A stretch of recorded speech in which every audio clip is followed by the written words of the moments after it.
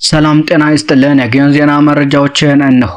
ያኔ ገና ነገን ተልመን የአማራ ህዝባዊ ኃይልን ስንመሰረት ከጥቂት ቆራጥ ወንድሞች መካከል አንዱ መንበሩ ጌታዬ ነበር ሲል አርበኛ አስረስ ማረ ገልጿል። ሞጣ ለዚህ ህልውና ትግል በርካታ ልጆቿን ገብራለች። እንደዛሬው በገፍ ባልታጠቅንበትና ባልተደራጀንበት ወቅት የካቲት 2014 ከጠላት ጋር ፊት ለፊት በመግጠም ትግሉን የለኮሱት እንቁ ልጆች ከነመዝገቡ አለልኝ፣ ተፈራ ዳምጤና ከሌሎች ጀግኖች መካከል ነበር። በማይታመን ፍጥነት ጠላትን በማንበርከክ የድርጅታችንን የኃይል ሚዛን የሚጠብቅ ግዙፍ ኃይል የመሰረቱ ቁልፍ መሪዎችን 2016 መግቢያ ላይ በመስዋዕትነት የተነጠቀው ሻለቃ መንበሩ ጌታዬ የወንድሞችን አደራ በመጠበቅ የከፈሉለትን መስዋዕትነት በትግልና በድል በመንዘር ደማቅ ታሪክ ጽፏል።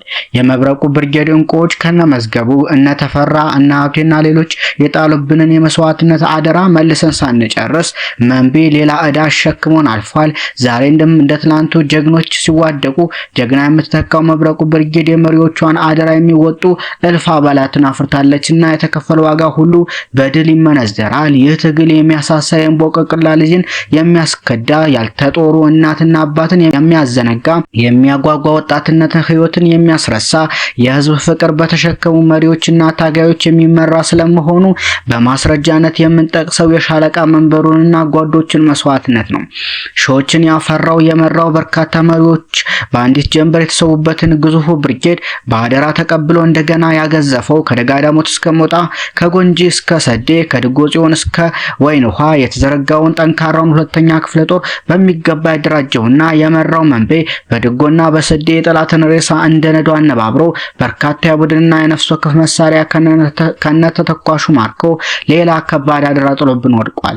ድርጅት ጠባቂው ሚዛኑ ወንድማችን ይህ ባለ አደራ ትውልድ አደራን እንዲወጣ ያለመታከት እንታገላለን። ቻው ክንዴ በክብር ረፍ ሲል አርበኛ አስረስ ማረ ይቋጫል። በተያያዘም ስናይፐር የታጠቁ የአብይ አህመድ መከላከያ ሰራዊት አባላት ወደ ህዝብ ልጅ ወደ አብራጅት ፋኖ ተቀላቅለዋል። ይህ በእንዲህ እንዳለ ባንዳው በቁጥጥር ስር ገብተዋል።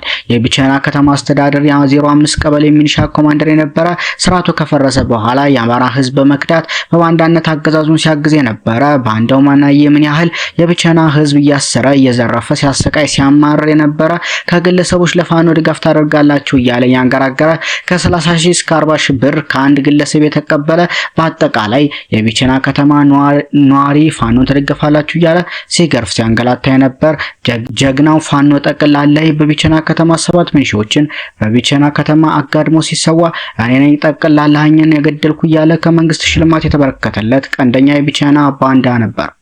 ባንዳው ማናዬ በስመ ገናናው አባ ኮስተር ብርጌድ ሚያዝያ 13 2017 ዓ.ም በመረጃ በቁጥጥር ስር ውሏል። ይህ በእንዲህ እንዳለ ግዙፉ 3ኛ ክፍለ ጦር በአርበኛ ዘመን ተሻለና በኮማንዶ ደሞዝ የተመራ በጎጃም ክፍለ ጦሮች ተወዳዳሪ ሆኖ የወጣው ጀግናው ጎጃም አገው ምድር ክፍለ ጦር ጥብቅ መመሪያ አስተላልፏል። በመግለጫውም እንደሚታወቀው 7 ብርጌዶችን አቅፎ ጠላትን አቀጦ ቅጣት እየቀጣ ከፍ ብሎ የሚበራው ክፍለ ጦራችን በግዛቱ የሚገኘው ህዝብ በአያቶች ባህልና ፍልስፍና በጥበብ እያስተዳደረ ይገኛል። በመሆኑም ወቅቱንና ቀየውን ባማከለ መልኩ ከዚህ በታች የተዘረዘሩ ድርጊቶችን ክፍለ ጦሩ ከልክሏል። ሰርግን በተመለከተ የአማራ ህዝብ እንደ ህዝብ ስርዓት መር በሆነ ዘዴ እንዲጠፋ ተበይኖበት የተወለደው በጅምላ ሲጨፈጨፍ ያልተወለደው እንዳይረገዝ በታብሌት ሲንኮላሽ ባይናችን አይተናል።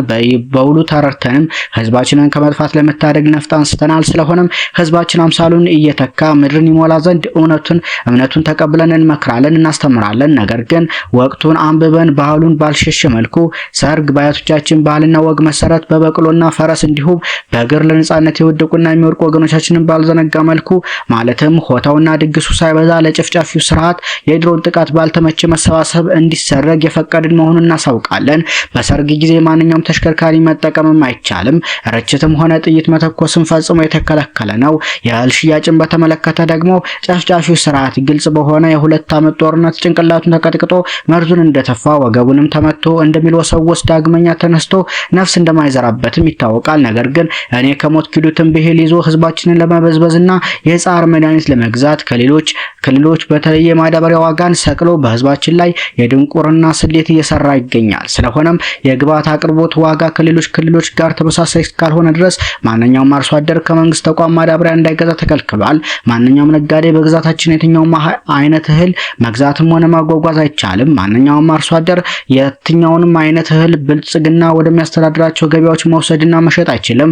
ከሚያስፈልጉ ግብዓትና ምክሮች ጋር በተያያዘ ድርጅታችን መፍትሄ እንዳዘጋጅና እንደሚያዘጋጅ እየገለጸን ክልከላውን ተላልፎ በሚገኝ አካል ላይ እርምጃ የምንወስድ መሆኑን እናሳውቃለን ሲል ፋኖ ይበልጣል የእውነቱ ጀግናው ሶስተኛው ጎጃም አገው ምድር ክፍለ ጦር ህዝብ ግንኙነት ኃላፊ ገልጿል። ሰሞነኛ መረጃዎች እነኛን ይመስሉ ነበር።